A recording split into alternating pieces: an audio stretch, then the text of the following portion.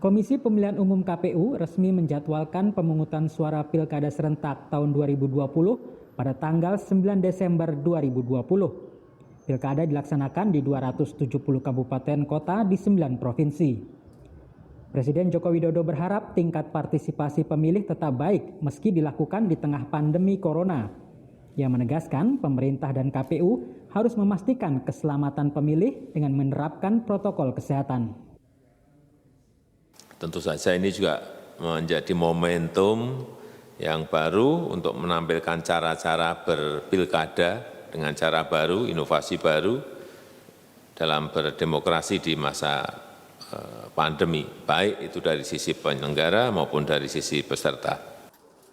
Menteri Dalam Negeri Tito Karnavian mengatakan Pilkada serentak 2020 dapat menjadi momentum penting untuk mendorong pemerintahan daerah bergerak serius menangani corona. Tema pilkada ini kita harus jadikan satu dengan permasalahan COVID, yaitu peran kepala daerah dalam penanganan COVID-19 dan dampak sosial ekonominya di daerah masing-masing yang pilkada. Sementara itu, Menteri Komunikasi dan Informatika Johnny G. Plate meminta agar selama pilkada serentak, masyarakat tidak memanfaatkan ruang digital untuk kampanye hoax, sehingga kualitas demokrasi bisa terjaga. Marilah persaingan pemilihan kepala daerah ini kita lakukan dengan cara-cara yang sehat, ya, dengan memanfaatkan ruang digital secara maksimal, tetapi juga menjaga agar ruang digital ini kita isi dengan demokrasi yang sehat melalui kampanye-kampanye dan program-program yang disampaikan tanpa hoax dan tanpa disinformasi. Tingkat partisipasi dalam pilkada menunjukkan kedewasaan politik masyarakatnya. Namun semua pihak tetap harus mematuhi protokol kesehatan untuk mencegah penyebaran virus corona dalam setiap tahapan pemilihan. Tim Liputan Kompas TV. Saudara, Pilkada serentak 2020 tetap akan berlangsung meski berada di tengah situasi pandemi COVID-19. Kondisi ini tentu membuat pelaksanaan pemilihan kepala daerah berbeda. Penuh tantangan dari pemilihan sebelumnya. Selain masalah protokol kesehatan dan partisipasi pemilih di masa pandemi, masyarakat juga harus ikut menjaga suasana kondusif, terutama di media sosial yang bisa menjadi sumber konflik. Terkait hal ini, bagaimana upaya pemerintah untuk menghadapi tantangan dalam setiap tahapan Pilkada serentak 2020? Kita sudah bersama Menteri Komunikasi dan Informatika Menkominfo Johnny G. Plate. Selamat malam Pak Menteri. Selamat malam Aiman, selamat malam juga pemirsa Kompas TV di seluruh tanah air. Selamat malam, terima kasih Pak Menteri telah hadir di studio Sapa Malam Kompas TV. Saya ingin bertanya, jadi Pilkada 2020 tetap akan dilanjutkan meskipun kita tinggi sekali corona? Ya, memang itu keputusan politik kita atas dasar analisis situasi dan perkembangan corona baik dalam negeri maupun di luar negeri. Nah, udah diambil keputusan oleh pemerintah dan DPR bahwa pelaksanaan Pilkada serentak kali ini akan dilaksanakan tanggal 9 Desember tahun 2020.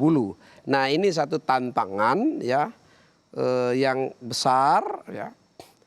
Karena apa? Sirkulasi demokrasi untuk mencari pemimpin eksekutif daerah dilaksanakan berbarengan dengan ya tantangan darurat kesehatan atau COVID-19 ya. Tetapi Aiman ya, kita jangan lihat selalu dari sisi yang sulit, yang negatif, menakutkan, mencemaskan gitu. Tapi kita harus lihat juga sisi-sisi yang lain. Di setiap masalah selalu ada peluang. Ya. Salah satu peluang yang diciptakan atau diakibatkan, dihasilkan ya oleh COVID-19 ya adalah akselerasi transformasi digital. Ya. Akselerasi transformasi digital di berbagai bidang itu, termasuk di bidang ekonomi, ya, digital ekonomi meningkat, di bidang pendidikan, ya, kita melaksanakan tele atau blended learning, ya, di bidang kesehatan, telemedicine, ya, dan juga di bidang politik. Bagaimana ruang digital dimanfaatkan untuk peningkatan kualitas demokrasi kita dan menjaga ya konsistensi sirkulasi demokrasi, khususnya rekrutmen eksekutif daerah atau kepala daerah. Meskipun bukan tanpa masalah juga karena infrastruktur tadi digital tentu bermasalah ketika sama-sama pakai barengan. Sekolah pagi misalnya kemudian itu terganggu. Itu tentu tantangan, tapi bahwa itu ada tantangan yang kemudian harus diselesaikan. Tidak ada yang tanpa tantangan di dunia ini. Termasuk soal biaya juga. Semuanya ada tantangan. Yang menjadi kecanggihan kita ya bagaimana memanage tantangan sehingga bisa keluar dari masalah tantangan dan menghasilkan inspirasi dan kreasi baru. Setuju sekali Pak Menteri. Tapi permasalahan sekarang kalau kita bicara pilkada, saya akan kembali ke pilkada lagi. Kalau kita bicara pilkada, bayangannya kalau dulu kan bukan hanya soal pada saat pencoblosan datang. Pada saat kampanye, ini tentu harus berbeda karena sekarang pandemi COVID. Pada saat pendaftaran, pada saat pendataan, bahkan ada beberapa ketika kita lihat ada petugas kelurahan untuk mendata, itu ditolak, bahkan ada yang bergesekan. Nanti juga pada saat pencoblosan, ada kekhawatiran orang untuk datang ke TPS. Bagaimana kemudian Pak Menteri? Yang pasti bahwa sekali lagi Aiman ya, ini satu peluang yang baru yang harus kita manfaatkan. Ya, migrasi ruang fisik ke ruang digital itu terjadi di berbagai bidang. Termasuk misalnya siapa yang pernah sebelumnya memperkirakan ya UMKM ultramikro bermigrasi ke ekonomi digital, e-commerce, daring business. Tidak. Tapi saat ini ya UMKM juga ada bermigrasi, sekarang 9 juta lebih UMKM kita UMKM digital. Itu UMKM. Dan meningkat sepanjang ini. Dan meningkat terus ekonomi digital kita. Salah satu sektor di kuartal kedua tahun 2020 ya, ekonomi ya, year on year, sektor informasi komunikasi peningkatannya 2 digit, 10,88%. Jadi ada hal positif yang dilihat. Demikian halnya di kampanye, metode kampanye.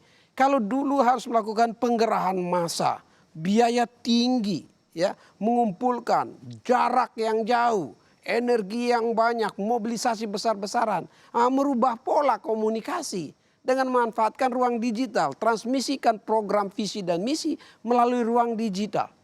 Ya, apakah melalui televisi, melalui streaming, melalui SMS, WA dan seterusnya, seluruh ruang digital dan informatika itu digunakan untuk demokrasi yang lebih berkualitas. Itu dari sisi kampanye misalnya. Dari sisi prosesnya pun demikian.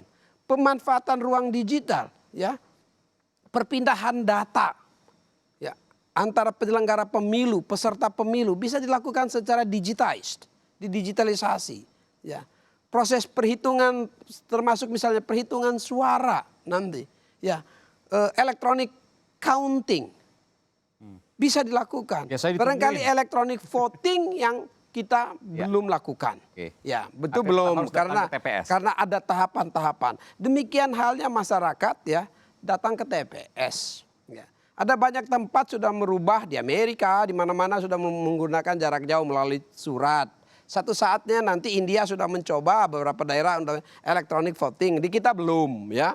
Perlu datang sendiri dengan berbagai alasan dan situasi kita.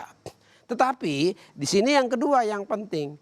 Pada saat di mana dibutuhkan kehadiran dan perjumpaan secara fisik, di situ perlu kedisiplinan untuk menerapkan protokol kesehatan secara ketat.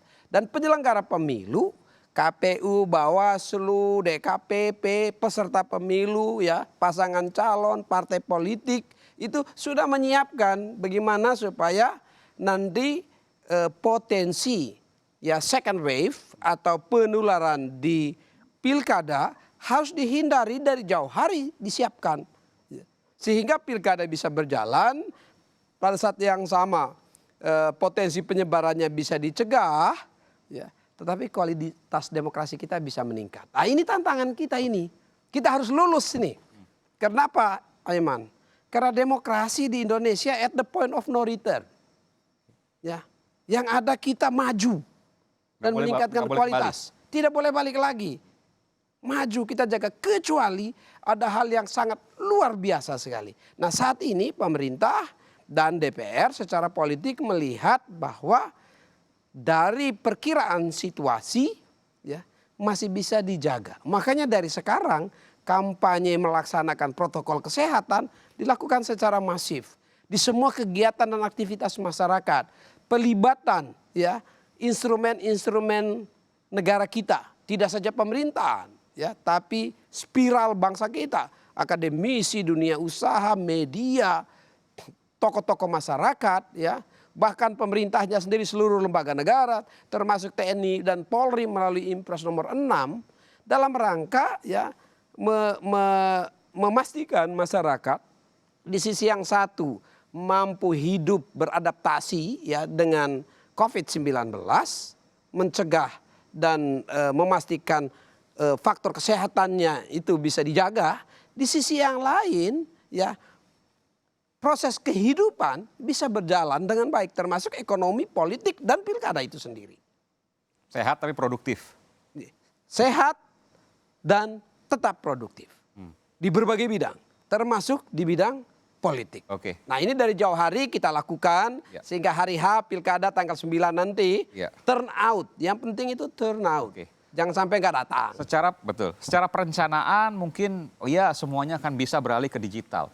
Pertanyaannya kemudian, dulu aja belum diarahkan ke digital, berita bohongnya luar biasa. Gimana nanti semuanya mengarah ke digital? Kita akan bahas nanti selepas jeda, tetaplah bersama kami di Sapa Indonesia Malam.